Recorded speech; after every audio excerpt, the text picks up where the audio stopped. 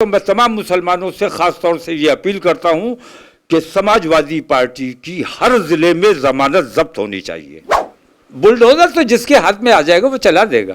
कि अतीक और अशरफ की हत्या जो हुई है उसमें भारतीय जनता पार्टी की साजिश है, साजिश रची गई, उन लोगों का कत्ल किया गया। उस कत्ल के लिए जिम्मेदार जितने योगी आदित्यनाथ हैं उसने ही जिम्मेदार अखिलेश यादव है।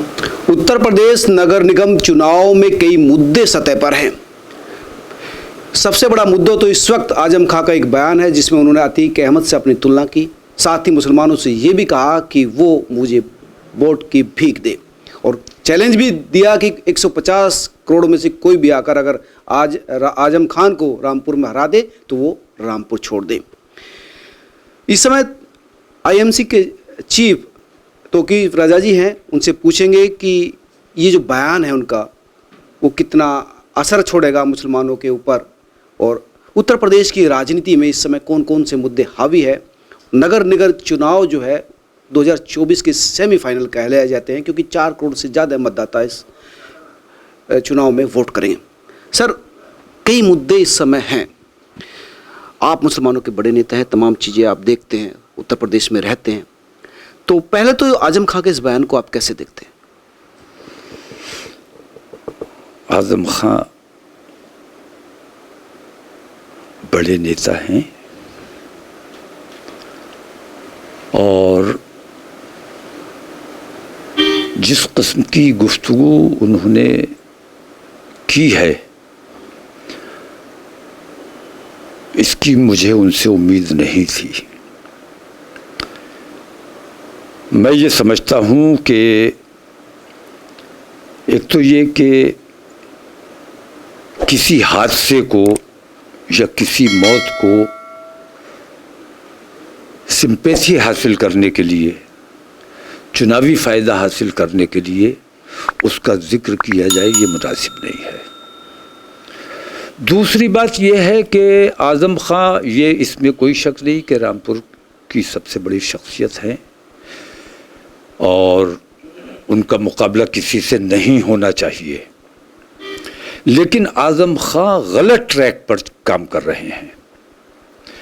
क्योंकि आज़म खां को, मेरा मानना यह है कि आज़म खां को जो कुछ भी सज़ा मिली, जो मुकदमात उन पर हुए, जिन तकालीफ से वो गुजरे, जेल की सऊबतें जो उन्होंने बर्दाश्त की, उसके लिए जितनी भारतीय जनता पार्टी जिम्मेदार है उससे कहीं ज्यादा समाजवादी पार्टी जिम्मेदार है। क्योंकि समाजवादी पार्टी की ये जिम्मेदारी थी कि जब आजम खां पर झूठा इल्जाम लगा के गिरफ्तार किया गया था, समाजवादी पार्टी को सड़कों पर आना चाहिए था, जो नहीं आई। अगर समाजवादी पार्टी का कोई ऐसा हिंदू नेता या कोई यादव नेता इस तरह उसके साथ ज्यादती की गई होती तो क्या समाजवादी पार्टी इसी तरह खामोश रहती जिस तरह आजम खां के लिए खामोश रही? तो आजम खां को मैं समझता हूं कि वो गलत ट्रैक पर हैं। गलत ट्रैक इन द सेंस उनको अपनी पार्टी से सवाल करना चाहिए।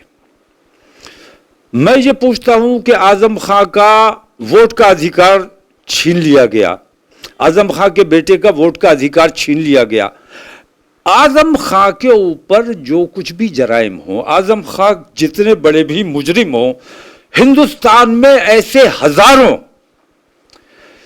जराइम पेशा लोग हैं। आजम खां पर तो इल्जामात हैं झूठे, ऐसे हजारों जराइम पेशा हैं जिनके खिलाफ इस किस्म की कार्रवाई आज तक नहीं हुई। ये पहला वाकया है जब आजम खां की और उनके बेटे की वोट देने का अधिकार उनसे छीन लिया गया।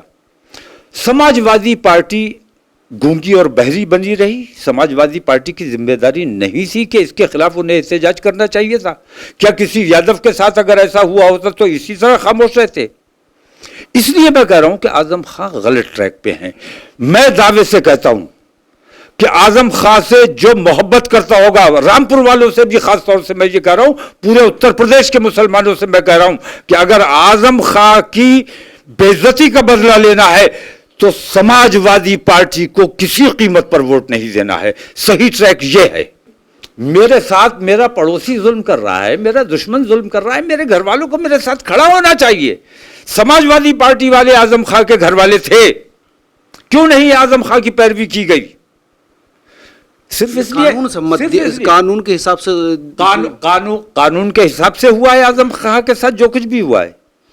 जांच की जांच मैं ये कहता हूं कि इस किस्म की कार्रवाई कानून के हिसाब से समाजवादी पार्टी को कोर्ट जाना चाहिए था कि नहीं जाना चाहिए था? आजम खां की पैरवी की जानी चाहिए थी। हर जिले में आजम खां की हिमायत में धरना लगाया जाना चाहिए था। आजम खां के साथ जो बेईमानी समाजवादी पार्टी ने की है, आजम खां के इन तमाम सऊबतों का, इन तमाम तकलीफों का, परेशानियों का बदला लेना अगर चाहते हो तो मैं तमाम मुसलमानों से खास तौर से ये अपील करता हूं कि समाजवादी पार्टी की हर जिले में जमानत जब्त होनी चाहिए। अखिलेश यादव ने मजम्मत तो की थी, कई स्टेटमेंट दिए थे उन्होंने। सड़कों पर क्यों नहीं आए? सड़कों पर आना चाहिए था। और आजम खां के लिए मैं ये कहता हूं, इसीलिए मैं ये बात कहता हूं, आजम खां जब ताकत में थे, जब पावर में थे, तब आजम खां का तरीक़ाकार क्या था, रुख क्या था? आजम खां साहब ने कितने मज़ारों पर बुलडोज़र चला दिया। अगर बुलडोज़र चल गया तो हैरत की बात इसलिए नहीं है कि बुजुर्गों में भी कुछ ताकत होती है। मैं रामपुर में ये बात कह के आया था कि आजम खां, आपकी वालिदा का इंतकाल हो गया है, अब बहुत सोच समझ के काम करना। आजम खां जब तक जिन मज़ारों पर बुलडोज़र चलाया है उन मज़ारों से माफ़ी नहीं मांगेंगे, तौबा नहीं करेंगे, अपनी गलती तस्लीम नहीं करेंगे, तब तक आजम खां की समझ में ही नहीं आएगा कि उनके लिए सही ट्रैक क्या है। सही ट्रैक उनकी समझ में तब आएगा जब जिन बुजुर्गों की शान में गुस्ताखी की है, मज़ारों पर बुलडोज़र चलाया है, आजम खां साहब से भी मैं मुखातिब हूँ कि आप अपना तरीक़ाकार दुरुस्त कीजिए। आपने जो बेहुरमती की है, जो बेअदबियाँ की हैं, उनसे तौबा कीजिए और उन साहिब मज़ार से माफ़ी मांगिए, तभी आप इन तकालीफ से निजात हासिल कर सकेंगे। यानी उन्होंने बुलडोजर चलाए थे? हाँ, बुलडोजर तो जिसके हाथ में आ जाएगा वो चला देगा। अच्छा। कलियर शरीफ के लिए आजम खां साहब ने कहा था कि मेरा बस चले तो मैं यहां बुलडोजर चलवा दूं। तो आजम खां गलत ट्रैक पर हैं। अगर अभी भी वक्त है, अगर कुछ बेहतरी अपने लिए चाहते हैं, वो तो कह समाजवादी पार्टी के लिए वोट मांग रहे हो, तो कह रहे समाजवादी, मैं इसीलिए कह रहा हूं वो गलत ट्रैक पे है। इसका मतलब यह कि अभी तक उन्हें एहसास नहीं हुआ है कि वो किस लाइन पर जा रहे हैं। गलत ट्रैक पर क्या मतलब? समाजवादी ट्रैक से उतर जाए। समाजवादी पार्टी की जमानत पूरे उत्तर प्रदेश में जब्त करवानी चाहिए, आजम खां की जिम्मेदारी है। क्योंकि आजम खां के ऊपर सबसे बड़ा जुल्म अगर किसी ने किया है तो भारतीय जनता पार्टी से बड़ी मुजरिम जो है वो समाजवादी पार्टी। आपके साथ आ जाए? नहीं, मैं ये नहीं कह रहा हूं मेरे साथ आ जाए या किसके साथ मैं हक वाला हूं, मैं अल्लाह वाला हूं, मेरे साथ आजम खां को आना चाहिए। क्यों नहीं आएंगे? हम जब आपकी हिमायत करते रहे, आपकी तकलीफ में दुखी होते रहे, तो आज हम कौम की लड़ाई लड़ रहे हैं, आपको हमारे साथ खड़ा होना चाहिए। आपकी पार्टी भी चुनाव में लड़ रही है, तो क्या आपके क्या मुद्दे कुल लेकर? मैं पार्टी बन के बात नहीं कर रहा हूं। और मैं पार्टी बनाई थी मैंने इसलिए कि मैं अपनी कौम को, अपनी मिल्लत को चाहता था कि अपने पैरों पर खड़ी हो, अपना काम खुद करने की ताकत और सलाहियत पैदा हो। लेकिन आजम खां जैसे लोग अपनी अपनी पार्टियों की गुलामी का तोख हमारी कौम के गले में डालते रहे। मैंने अपनी पार्टी बनाई, लेकिन जब मैंने ये देखा कि मेरे लड़ने से, मेरी पार्टी के लड़ने से वो लोग, उन लोगों को फायदा पहुंच रहा है जिनसे मेरा मुकाबला है, जो मुझसे दुश्मनी रखते हैं, जो आजम खां से दुश्मनी रखते हैं। मैंने अपनी पार्टी, पिछले 10 साल से मैंने चुनाव नहीं लड़ा है और इस वक्त भी मेरी पार्टी चुनाव नहीं लड़ रही है, सिर्फ इसलिए कि मेरे लड़ने से भारतीय जनता पार्टी को फायदा होगा। मैं भारतीय जनता पार्टी को हराना चाहता हूं और इसलिए मैंने ये तरीक़ाकार इख्तियार किया है कि जहां आज़ाद उम्मीदवार जो मुकाबले में होगा उसकी पार्टी हिमायत करेगी। यानी डायरेक्ट आप चुनाव लड़ रहे हैं, इनडायरेक्ट रूप से आप? हाँ, नहीं, पार्टी में मेरी चुनाव नहीं लड़ी, पार्टी का समर्थन है कुछ उम्मीदवारों को। आपने कौम के लिए, मतलब मुसलमानों के लिए पार्टी बनाई है? आपकी पार्टी मुसलमानों के लिए? मुसलमानों के लिए नहीं, मैंने इंसानियत के लिए पार्टी बनाई है और यादववादी और जाटववादी नीतियों से हटकर मानववादी जो मानववाद में यकीन रखते हैं उन लोगों के लिए बनाई है और अपने लोगों को अपना काम खुद करने की ताकत और सलाहियत पैदा कर। अपना लोग जब आप कहते हैं तो आपके लोग कौन हैं? मेरे देश के लोग मेरे हैं। भारतीय जनता पार्टी देश की दुश्मन, देश की गद्दारों की जमात, आतंकवादियों की जमात, तिरंगे से मोहब्बत ना करने वाले लोगों की जमात। वो तो तिरंगा लेके चलते हैं आप। तिरंगा तो मजबूरी है, तिरंगा लेके चलना मजबूरी है, वरना सबसे बड़ी देशभक्त पार्टी है आप। सबसे बड़ी देशभक्त पार्टी तो इस वक्त जो है वो है आरएसएस। वो तो संगठन, वो भी तिरंगा लेके चलने लगे हैं। जिनके मुख्यालय पे कभी तिरंगा नहीं लगा वो भी तिरंगा लेके चलने लगे। तो तिरंगा इनकी मजबूरी है। तिरंगे, हिंदू राष्ट्र की बात करने वाले जो भारतीय जनता पार्टी वाले, नरेंद्र मोदी से मैं तो कहता हूं कि तुम भाई पूरे हिंदुस्तान के प्रधानमंत्री हो, हिंदुस्तान के तमाम जनता के प्रधानमंत्री हो, हिंदू मुसलमान के प्रधानमंत्री हो, तुम्हें सबके साथ बराबरी का सलूक करना चाहिए। ये कहते हैं कि मुसलमानों को उनके कपड़ों से पहचानो। नहीं तो उन्होंने तो कभी नहीं कहा, वो तो सबको साथ सबका विकास लेके उन्होंने चले। तो उन्होंने प्रधानमंत्री लिबरल है। ये उन्हीं के अल्फाज हैं कि कपड़ों से पहचानो। तो मुसलमानों को थोड़ी कह रहे थे वो तो। अच्छा, तो आपको कह रहे थे? नहीं, कोई दूसरा परिप्रेक्ष्य होगा। नहीं, यही परिप्रेक्ष्य था, कपड़ों से पहचानो। तो मतलब यह है कि आप भी तो मुस्लिम राष्ट्र की बात कर रहे हैं। मैं मुस्लिम राष्ट्र की बात मैंने कभी नहीं की। बड़ा चर्चित बयान आप कर रहे हैं। मैं तो यहां तक कहता हूं कि मुस्लिम राष्ट्र की बात करने वाला, हिंदू राष्ट्र की बात करने वाला या मुल्क में बंटवारे की बात करने वाला जो भी है वो आतंकवादी है, देश का दुश्मन है, देश का गद्दार है। हम अपने देश का एक और बंटवारा किसी कीमत पर नहीं होने देंगे। भारतीय जनता पार्टी और आरएसएस जितनी चाहे कोशिश कर ले, विश्व हिंदू परिषद, बजरंग दल जितनी चाहे कोशिश कर ले, अगर वो हमारे देश में बंटवारे की कोशिश करेंगे उसे बर्दाश्त नहीं किया जाएगा। तो आपका बयान तो बड़ा चर्चित रहा और आपने बरेली से लेकर दिल्ली तक ऐलान कर दिया था। मैंने क्या ऐलान कर दिया था मेरी जानकारी में नहीं, जरा आप बताएं, मुझे वजाहत करें। वही था, कुछ मार्च था, वो पुलिस ने रोक दिया था, आपका बहुत चर्चित रहा। तिरंगा यात्रा लेकर मैं जा रहा था और तिरंगे से जो लोग मोहब्बत नहीं करते हैं वो लोग सरकार में है और मेरे हाथ में तिरंगा उन्हें अच्छा नहीं लग रहा था, इसलिए उन्होंने मेरे साथ जुल्म और ज्यादती किया और मेरी यात्रा को। आपका एक भड़काऊ भाषण था ना, उससे मामला था कहीं भड़क ना जाए मामला, हिंदू मुस्लिम ना हो। नहीं, हम जैसे लोग जब बोलते हैं देश की हिमायत में बोलते हैं, एकता और भाईचारे के लिए बोलते हैं। हमारा बोलना हमेशा मीडिया को ऐसा लगता है कि हम भड़काने की बात कर रहे हैं। हमने भड़काने की कभी बात नहीं की है। अगर ईमानदारी से देखा जाए तो जो लोग तिरंगा आज लेकर चल रहे हैं असल में तिरंगे के ये दुश्मन हैं। ये भगवा झंडा हमारे देश का बना देना चाहते हैं, ये हमारे देश को हिंदू राष्ट्र बना देना चाहते हैं। हमारे खूबसूरत तिरंगे को इन्हें भगवा रंग में तब्दील करने की कोशिश ये किसी कीमत पे बर्दाश्त नहीं की जाएगी। और हिंदू राष्ट्र बनाने की जो बात मैंने आप कह नहीं पा रहे हो, सच्चाई ये है, मैंने ये कहा था कि हिंदू राष्ट्र की बात कहीं कोई करता है, कहीं कोई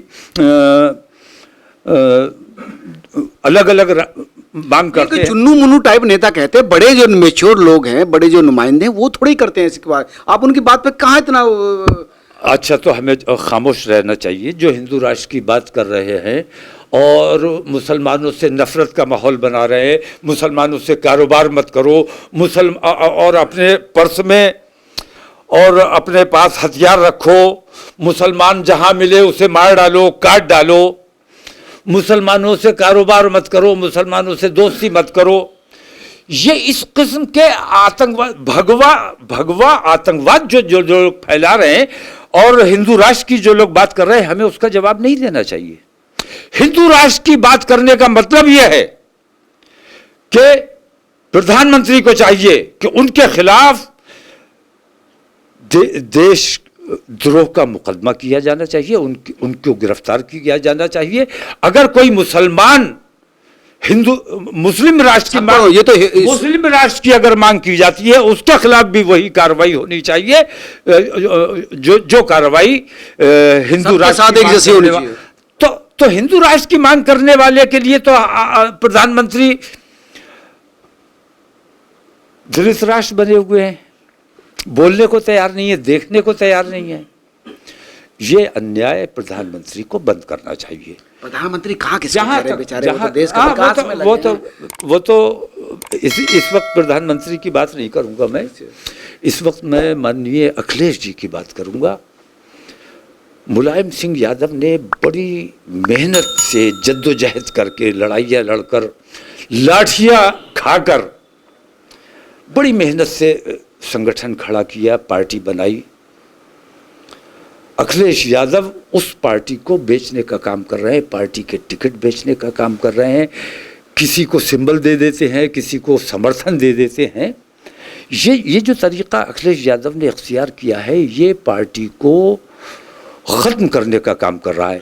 और बिल्कुल अभी मुझे पता चला फरीदपुर में, मैंने वहाँ इफ्तिखार, ये कई जगह का मामला सामने आ रहा है। फरीदपुर में इफ्तिखार को मैंने आज़ाद उम्मीदवार हैं, इनकी हिमायत की है अपनी पार्टी की तरफ से। फरीदपुर से मुझे खबर मिली कि एक को सिंबल दे दिया है, दूसरे को पूरी पार्टी समर्थन दे दिया है। ये बिल्कुल वैसा है जैसे महाभारत में आपको याद होगा कि कौरव और पांडव दोनों गए थे, अर्जुन और दुर्योधन दोनों गए थे, कौरव और पांडव दोनों गए थे उनसे मदद मांगने कृष्ण जी से। तो कृष्ण जी ने अपनी सेना कौरवों को दे दी और खुद पांडवों के साथ खड़े हो गए। बिल्कुल ऐसा है। समाजवादी पार्टी का सिंबल जहां है, मतलब ये कि कृष्ण जी हैं, अखिलेश यादव वो सिंबल के रूप में सिंबल के साथ हैं, लेकिन उनकी सेना जो है वो समर्थन कर रही दूसरे प्रत्याशी का। तो ये जो तरीका है, ये पार्टी को खत्म कर रहे हैं। हालांकि मेहनत तो कर रहे हैं, सड़कों पर भी देखो, बहुत बीजेपी के खिलाफ इतनी मेहनत कर रहे हैं कि अगर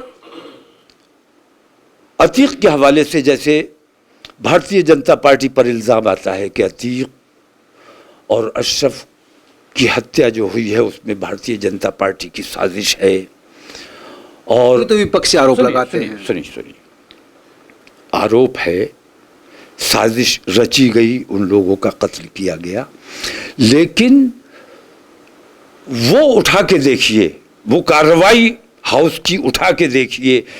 अखिलेश यादव ने जितनी बड़ी इसमें उस कत्ल के लिए जिम्मेदार जितने योगी आदित्यनाथ हैं, उसने ही जिम्मेदार अखिलेश यादव हैं। हाउस की वो कार्रवाई उठाए के देखेंगे आप, तो आपको अंदाजा होगा कि अखिलेश यादव की भी भागीदारी कम नहीं है इस हत्याकांड में। चलो छोड़िए, आपकी जो पॉलिटिक्स है, अब लोकसभा चुनाव भी नजदीक आ गए हैं। इस बार तो आप आजाद उम्मीदवारों को समर्थन दे रहे हैं। लोकसभा के लिए आपकी क्या रणनीति है? देखिए, जो बनेगा कांग्रेस भी उसका एक हिस्सा होगी।